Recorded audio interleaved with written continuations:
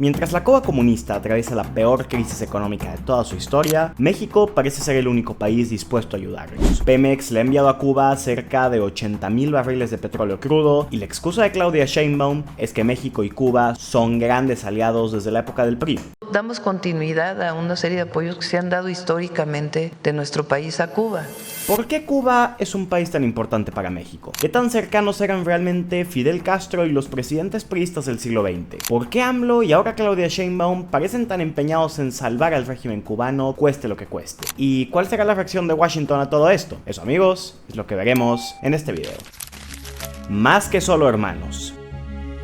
Tal y como lo dijo Sheinbaum, la relación de México con Cuba es de vital importancia para México. No solo desde antes de Morena, sino desde mucho antes de que Cuba y México fueran países independientes. Es desde Cuba donde Hernán Cortés emprende su viaje hacia tierras mexicanas que terminaría con la conquista de Tenochtitlán y la fundación de la Nueva España. Una Nueva España que tendría control político y militar no solo de lo que hoy es México, sino también de la isla de Cuba y muchos otros territorios. En la época virreinal, La Habana se convirtió en un importante puerto de conexión entre los diferentes puntos geoestratégicos del imperio en América y la capital en la península europea. Y al ser México la joya de la corona del imperio y estar tan cerca geográficamente de Cuba, pues la conexión entre el puerto de Veracruz, el más importante en su momento, y La Habana se volvió absolutamente clave para los intereses de la corona. Una vez independizado, México se distanció un poco de Cuba durante el siglo XIX, puesto que la isla seguía siendo parte de España, país con el que obviamente el México independiente tenía muchos problemas. Y cuando a finales de siglo comenzaron a surgir importantes movimientos insurgentes en la isla que buscaban su independencia de la corona, estos tomaron inspiración en la independencia de México y le pidieron a Benito Juárez que los apoyara en su lucha contra España. Lo lógico hubiera sido que México le diera todo su apoyo a los independentistas cubanos. Al final compartían valores liberales y una oposición al conservadurismo español. Sin embargo, tanto Benito Juárez como sobre todo Porfirio Díaz unos años después, decidieron mantenerse neutrales en este conflicto, una posición que a efectos prácticos beneficiaba más a España que a los independentistas.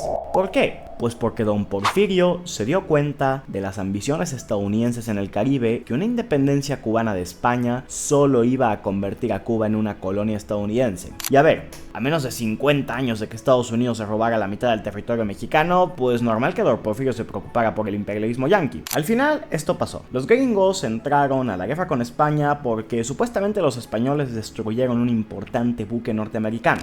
Un momento, creo que he visto esto antes. Estaré loco, supongo. Cuba y el resto del Caribe efectivamente pasaron a estar bajo control casi total de los Estados Unidos, pero aquí los mexicanos habían aprendido una importante lección. La relación con Cuba debía de ir más allá de simpatías ideológicas. Era una cuestión de seguridad nacional. Cuba, una forma de rebeldía.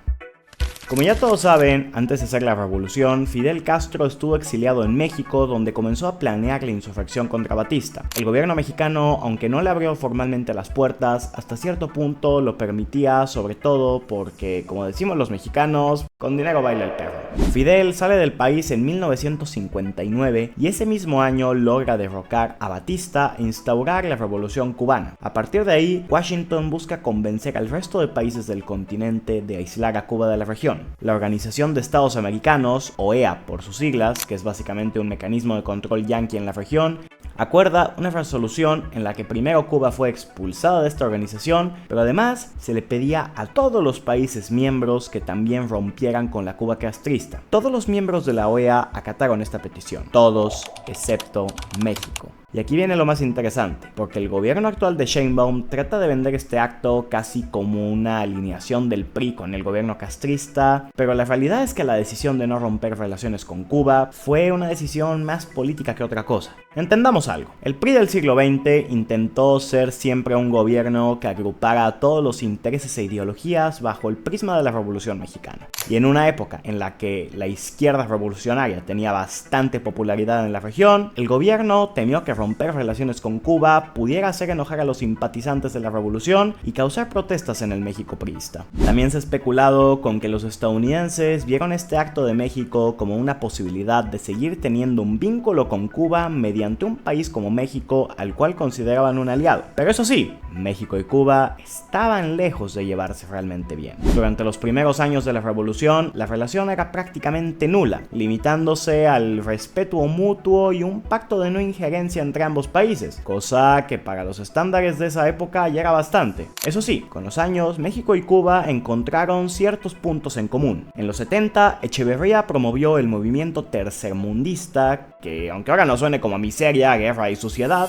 en su momento intentó ser un bloque de países no alineados ni con Estados Unidos ni con la Unión Soviética. Y Cuba, aunque tenía fuertes lazos con los rusos, formó parte importante de este proyecto. Durante la revolución sandinista en Nicaragua, México y Cuba también hicieron importantes esfuerzos por encontrar una solución pacífica e incluso por defender al gobierno sandinista. En resumen, que durante todo el siglo XX, Cuba fue vista por el PRI como un elemento clave para la diplomacia mexicana, sobre todo para convertir a México en un país con cierto peso en la región y dar la imagen de ser un país neutral que era capaz de llevarse bien con cualquier gobierno. Llegados a la década de los 90, todo comenzó a cambiar. En estos años pasaban dos cosas muy importantes en el mundo: la caída de la Unión Soviética y el comunismo, que alientan la idea de que la democracia liberal se convertía en el único sistema político del mundo, y su versión mexicana, que es la apertura política que tiene el PRI, que comienza con el fraude de Salinas en el 88 y termina con la victoria de Vicente Fox en el año 2000. Ya desde Cedillo, Cuba y México comenzaron a tener problemas, puesto que con la apertura política México presionó a Cuba para adoptar los derechos humanos y la democracia como parte de su política, cosa a la que Cuba se negó. Pero la cosa realmente iba a terminar por romperse con la llegada de Vicente Fox, que con el famoso "comes y te vas", generó un pleito con Fidel Castro que iba a durar prácticamente hasta el final de su mandato. Y aquí llegamos a otro punto interesante, y es que Cuba aprovechó la alianza histórica con el PRI y la afinidad ideológica con el PRD para asegurarse de que por lo menos un sector del Congreso mexicano apoyaba a Cuba. Los Castro se habían dado cuenta de que la relación entre México y Cuba ya no era una cuestión solamente de diplomacia entre estados y se había vuelto un tema de grupos políticos y afinidades ideológicas.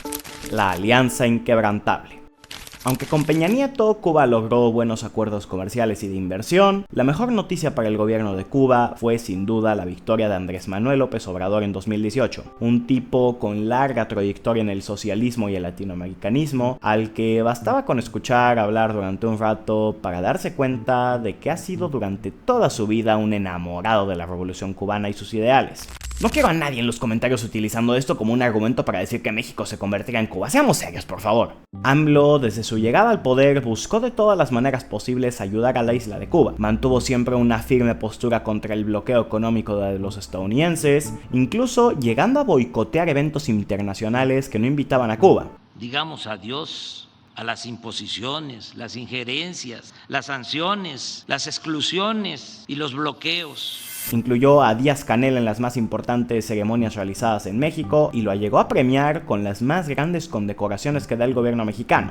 Pero lo más importante de todo, creó una especie de sistema implícito en el que el gobierno mexicano le envía petróleo a Cuba, calificado como donaciones humanitarias, a cambio de que Cuba preste especialistas de la medicina para llegar a los sitios más recónditos y pobres del país. Porque la relación entre México y Cuba ha dejado de ser una simple cuestión de política exterior, donde ambos países tienen agendas en común y México utiliza a Cuba para mostrarse como un líder regional, y ahora se ha vuelto una alianza ideológica donde parece que México, y más concretamente Morena, consideran a Cuba como un aliado en la región a quien están dispuestos a ayudar con especial atención. Y es que si México quisiera simplemente seguir siendo el líder neutral y conciliador, podría mantener posiciones más ambiguas con respecto al gobierno cubano, cosa que han decidido no hacer, incluso sabiendo que salir a defender directamente a Cuba puede ser perjudicial para su relación con ciertos gobiernos derechistas de la región. Pero ¿por qué sucede esto? Porque actualmente la geopolítica latinoamericana parece haberse convertido en un juego de alianzas ideológicas donde cada político busca aliarse solo con los que comparten su ideología y comenzar una guerra mediática contra los que no. Y es aquí donde por fin vamos a hablar de actualidad.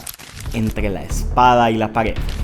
Con Claudia Sheinbaum, la alianza con Cuba ha seguido más o menos igual que con Obrador. Los envíos de petróleo se mantienen, la red de médicos cubanos más de lo mismo, y aunque yo percibo que Sheinbaum tampoco tiene tanto interés en salir a defender al régimen cubano y seguramente nunca estuvo tan enamorada de la revolución como Obrador, Sheinbaum aún percibe a Cuba como un aliado en esta batalla ideológica que estamos viviendo. Una prueba de esto es que por primera vez hemos visto colaboración directa entre el Partido Comunista Cubano y el partido en el poder en México, Morena, que han firmado un acuerdo para cooperar en distintas áreas, ya no de política gubernamental, sino de sus propios partidos políticos.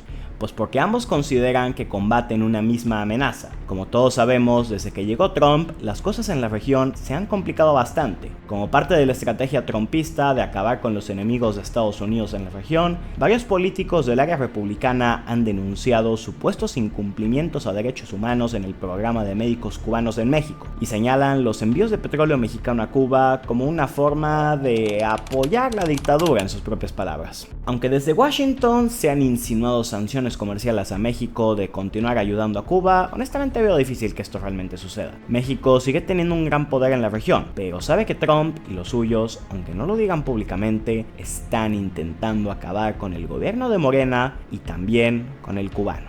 Por cierto, si les interesa saber por qué digo esto y en qué consiste el plan trumpista para acabar con la izquierda latinoamericana, vean el video que les dejo por aquí, les va a gustar.